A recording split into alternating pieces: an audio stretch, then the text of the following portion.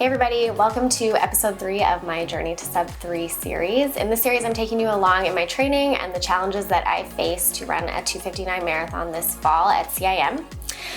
So last time we left off, I was getting ready to race the 5K. I've been feeling pretty fatigued for a couple weeks, and it went surprisingly well. And I got a PR, so I actually shot some video right after the 5K, and I wanted to share that with you guys, so let's check it out. Ugh, I stink. I just raced my 5K. It went really well.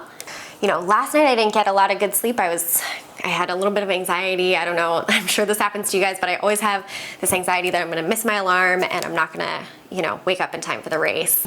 Woke up this morning and, when we got to the race, there was some cloud cover, but it was really warm right from the start. Going into today, I got in my warm-up, did my strides, didn't feel too nervous. I knew the first mile was uphill, so I tried to kind of pull back. Prior to this, I've always really done relatively flat 5Ks, so it had some ups and downs, and you kind of do out and back so you can see people who are coming up behind you. And I realized that I was in first place around the 3/4 mile mark, first place female. But there was another woman who was probably 30 or 40 seconds behind me, and I could see her on every turn.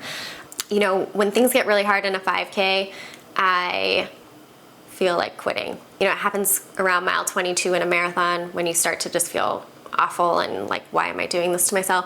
And that happens at like mile 2 of a 5K, right? And you still have like 1.1 miles to go. So I started to think about, why is this important to me? Why do I want to PR today? Do I even want to PR? So at that point, I really tried to check in on my form because I knew I wasn't really engaging my core, which is a lot of the stuff I've been working on with Dr. Gonzalez, is getting my core more engaged, getting my posture right when I'm running, making sure that with my turnover, I'm landing on my midfoot, so getting everything engaged. So I did a quick check-in like that, and that made the last 3/4 of a mile feel a lot better. And I found my finishing sprint, and I finished strong. But overall, I got a 16-second PR, and I feel really good about that. I made 5Ks. All right, please put your hands together for our top 3 fastest ladies, or top 2 that are standing here with us today. That's why there's maybe that. I was really happy to walk away with a PR. It was definitely a confidence booster after feeling so fatigued for those couple weeks, and it made me hopeful that maybe nothing was wrong and I was kind of imagining everything. But a few days after the race, I decided to get the blood work done, and then that week following the race, I had a great week of training. Everything went really well, and I was thinking my blood work was going to come back and it was going to be fine. Got it back, and it was definitely a buzzkill. So it showed that I had a severe B12 deficiency, among a couple other things that were out of normal range, but that was the significant one that confirmed why I'd been feeling the way I'd been feeling. So there's lots of side effects to a B12 deficiency, but the ones that I had been experiencing were fatigue, weakness, poor recovery time.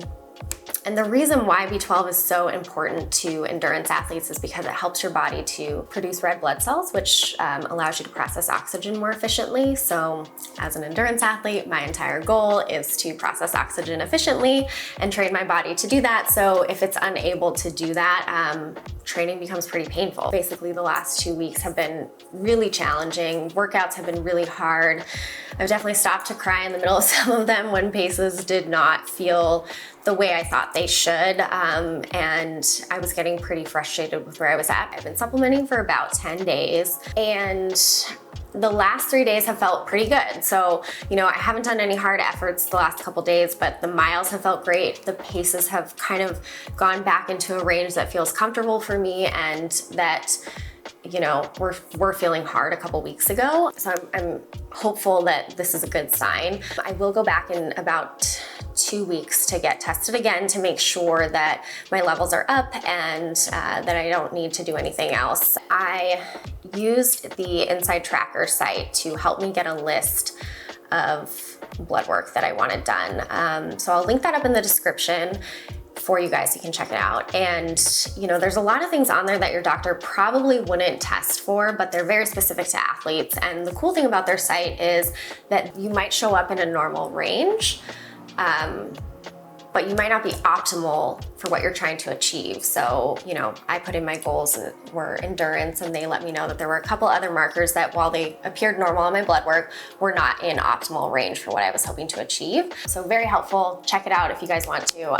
The other thing that I did want to address was supplementing. I shared what supplements I was adding into my routine. One of them was D3, and then the other was B12, because that's what I was low on. And I ended up getting quite a few messages about, you know, how can this help me?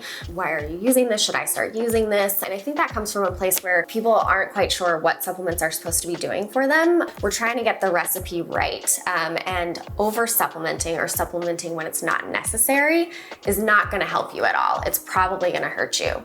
You definitely want to work with a doctor or a registered dietitian who knows your blood work, who can help you determine what you need to do. My biggest recommendation is, rather than spending the money on supplements that you aren't sure you should be using, take that money, maybe get the blood work done, go use the Inside Tracker site and see where you can make improvements. Now, just 9 weeks out from CIM, I am still pretty hopeful that I can go after the sub-3 goal. Only 3 or 4 days of feeling good is still a good sign for me, so I'm hopeful this week will go even better, and I am actually racing a 10K next weekend, so we'll see how that goes. It's a hard place to be when you don't know. You're kind of in a limbo state of, is my body gonna accept this? Will things turn around or not? So any comments of encouragement are appreciated, and definitely be sure to check out the other videos on our channel to help support and grow our channel, and thank you guys for watching.